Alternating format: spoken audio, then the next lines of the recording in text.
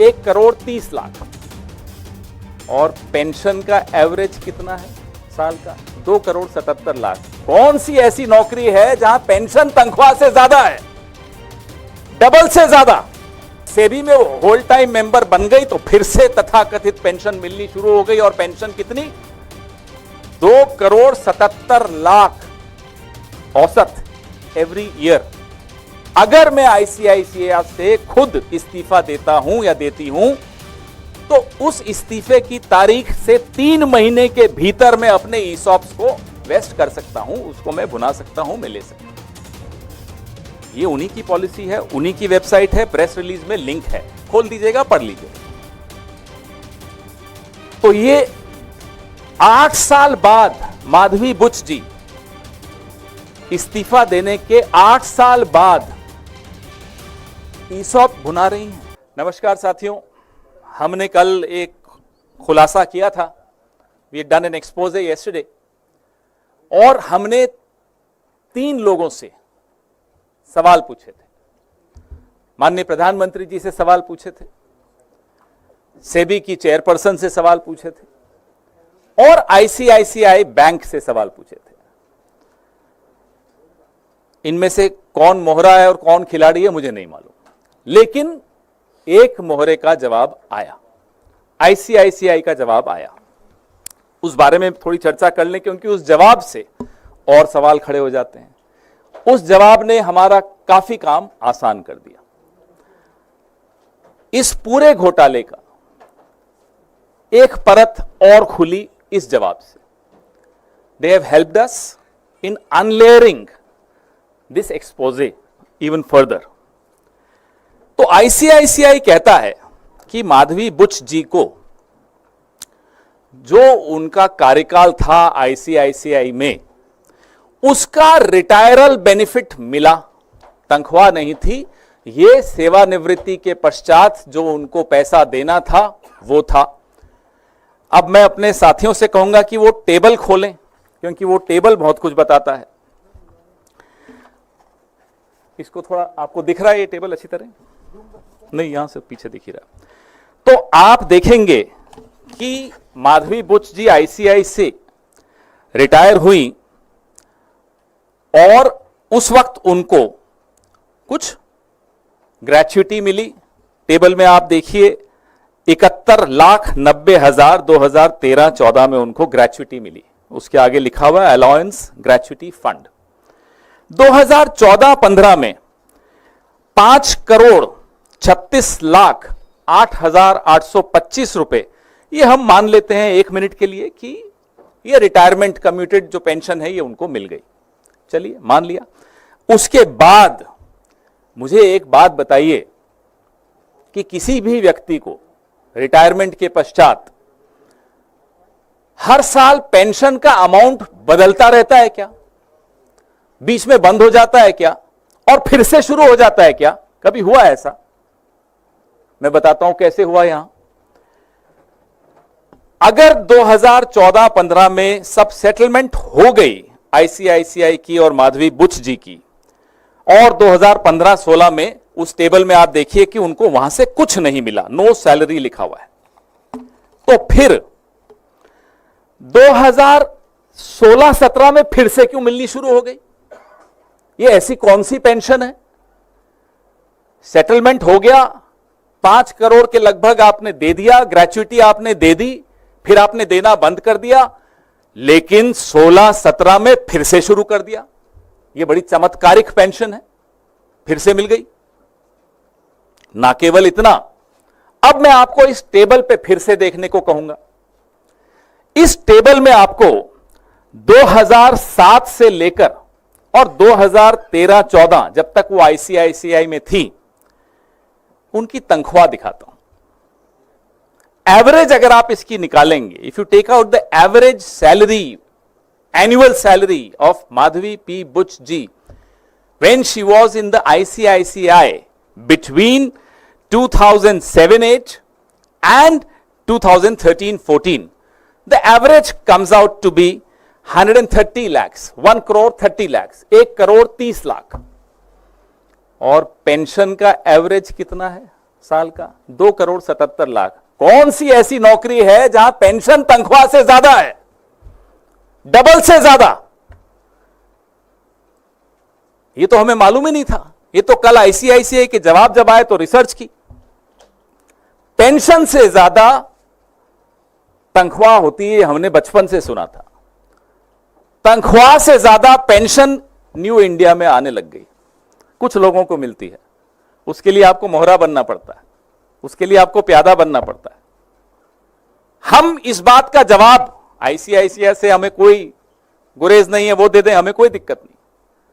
उम्मीद है कि माधवी पी बुच जी ये टेबल देखेंगी और जवाब देंगी कि ये 16-17 को फिर से पेंशन क्यों मिलनी शुरू हो गई, तथाकथित pension, the so called pension. वैसे मैं आपको बता दूं, ये वही साल है जब वो सेबी में होल टाइम मेंबर बन गई थी। तो जब सेबी में होल टाइम मेंबर बन गई तो फिर से तथाकथित पेंशन मिलनी शुरू हो गई। और पेंशन कितनी? 2,77,00,000 औसत एवरी ईयर। तनख्वाह कितनी थी? मैं फिर से दोहराता हूं, 1,30,00,000 सालाना औसत तनख्वाह 2007-8 से लेकर और 2014-15 तक। ऐसी नौकरी हम सबको भी मिलनी चाहिए जहां पेंशन तनख्वाह से ज्यादा हो। अब उन्होंने दूसरा मुद्दा, आईसीआईसीआई ने जवाब दिया ईसॉप्स का। ये बड़ा महत्वपूर्ण मुद्दा है, जो एम्प्लॉइज स्टॉक ऑप्शन है। आईसीआईसीआई कहता है कि हमारे एम्प्लॉइज, इंक्लूडिंग रिटायर्ड एम्प्लॉइज, के पास एक चॉइस होती है एक्सरसाइज करने की अपना ईसॉप 10 साल वेस्टिंग के बाद तक। ये आईसीआईसीआई ने कल अपने जवाब में कहा। अब मैं आपका ध्यान आकर्षित करता हूं, जो उनकी ईसॉप पॉलिसी यूएस की, जैसे हमारे यहां सेबी होता है, यूएस में एसईसी होता है। अमेरिका की एसईसी की वेबसाइट पे आईसीआईसीआई ने जो अपनी ईसॉप की पॉलिसी डाली है वो तो कुछ और कहती है, हिंदुस्तान की वेबसाइट पे डाली नहीं। ये एक और सवाल है, आपने अपनी ईसॉप की पॉलिसी पारदर्शी तरीके से हिंदुस्तान की वेबसाइट पे क्यों नहीं डाली? चलिए, नहीं डाली होगी, कोई कारण होंगे। अब आइए आप, जो अमेरिका में एसईसी की वेबसाइट पे आईसीआईसीआई ने अपनी ईसॉप की पॉलिसी डाली है, वो कहती है कि former employees can exercise their ESOPs within a maximum of 3 months following their voluntary termination. अगर मैं आईसीआईसीआई से खुद इस्तीफा देता हूं या देती हूं, तो उस इस्तीफे की तारीख से 3 महीने के भीतर मैं अपने ईसॉप्स को वेस्ट कर सकता हूं, उसको मैं भुना सकता हूं, मैं ले सकता हूं। ये उन्हीं की पॉलिसी है, उन्हीं की वेबसाइट है, प्रेस रिलीज में लिंक है, खोल दीजिएगा, पढ़ लीजिएगा। तो ये 8 साल बाद माधवी बुच जी इस्तीफा देने के 8 साल बाद ईसॉप भुना रही हैं। ये कौन सी पॉलिसी के तहत भुना रही है? नई पॉलिसी कहां है, कौन सी वेबसाइट पे है? आईसीआईसीआई हमें बताए। We demand to know from ICICI. We can only go by the website of SEC, where you have uploaded your policy, which says that within 3 months of voluntary termination, you can exercise your ESOPs. This lady in question, Miss Madhvi P. Buch, is exercising her ESOPs 8 years after she voluntarily terminated her services from ICICI. And strangely, the benefit that accrued to her coincided with her tenure in SEBI. अब जो share का value बढ़ा इस company की, उस बढ़ी हुई value में इन्होंने एक्सरसाइज किया अपना ईसॉप। और ये बड़ी अजीब सा संयोग है कि तब ये सेबी में थी। क्या ये लाभ, इस तरह का लाभ आईसीआईसीआई के बाकी तमाम कर्मचारियों को भी मिलता है? हम ये जानना चाहते हैं। या एक स्पेशल पॉलिसी है जो वेबसाइट पे भी नहीं है, वो कुछ लोगों के लिए है, कुछ प्यादों के लिए है, कुछ मोहरों के लिए है, किसके लिए है? मेरे आपके लिए नहीं है। अगर मैं आईसीआई में होता या आप आईसीआईसीआई में होते तो, लेकिन माधवी बुच जी 8 साल के बाद ईसॉप्स को एक्सरसाइज करती हैं। कौन सी पॉलिसी के तहत करती हैं, हम ये जानना चाहते हैं। फिर अब ईसॉप पे जो टीडीएस दिया, ईसॉप पे एक सवाल हम और पूछना चाहते हैं, मैं भूल गया, माफी चाहता हूं, कि जो ईसॉप्स आपने माधवी बुच जी को दिए वो कहां से दिए होंगे? वो एम्प्लॉइज ईसॉप्स ट्रस्ट से दिए होंगे, किसी का हक मार के दिए होंगे, और एम्प्लॉइज का आपने हक मारा और माधवी बुच जी को आपने उपकृत किया, उनको ऑब्लाइज किया। बताइए, अगर गलत है तो जवाब दीजिए।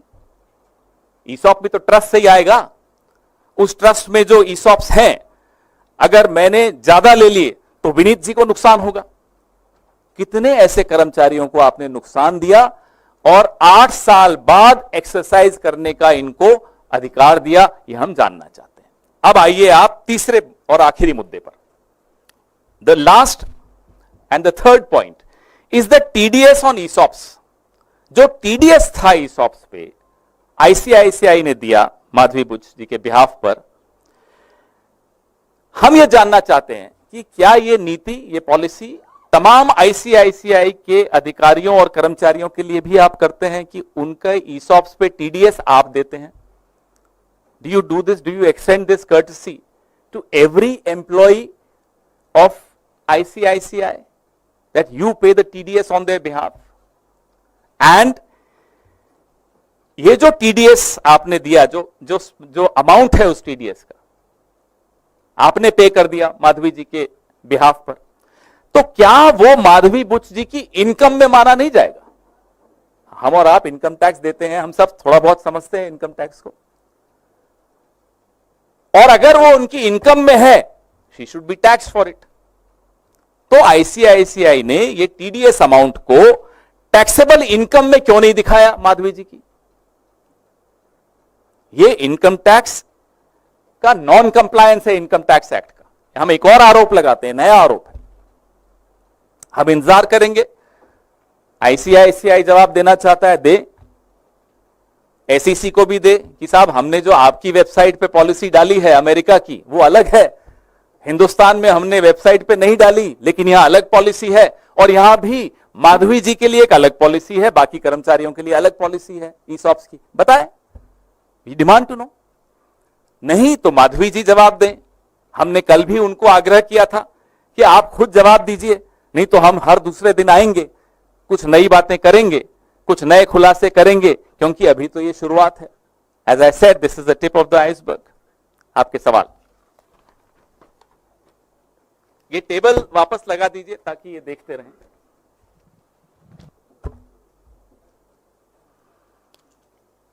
कोई कंफ्यूजन तो नहीं? मैंने बड़ा सिंप्लीफाई करके कोशिश की है, समझने की भी और समझाने की भी। पवन जी, मेरा सवाल आपसे ये है कि आपने कल भी प्रेस कॉन्फ्रेंस की और आज भी आपने प्रेस कॉन्फ्रेंस की, सरकार की ओर से या बीजेपी की ओर से कोई जवाब नहीं आया। क्या आप लोग कोई कानूनी सहारा भी लेंगे इस मसले को लेकर?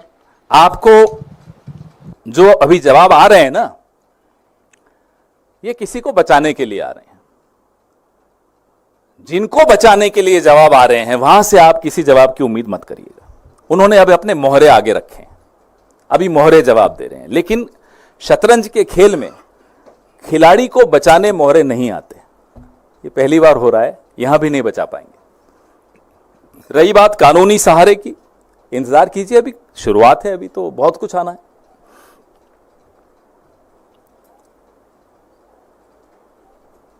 जी,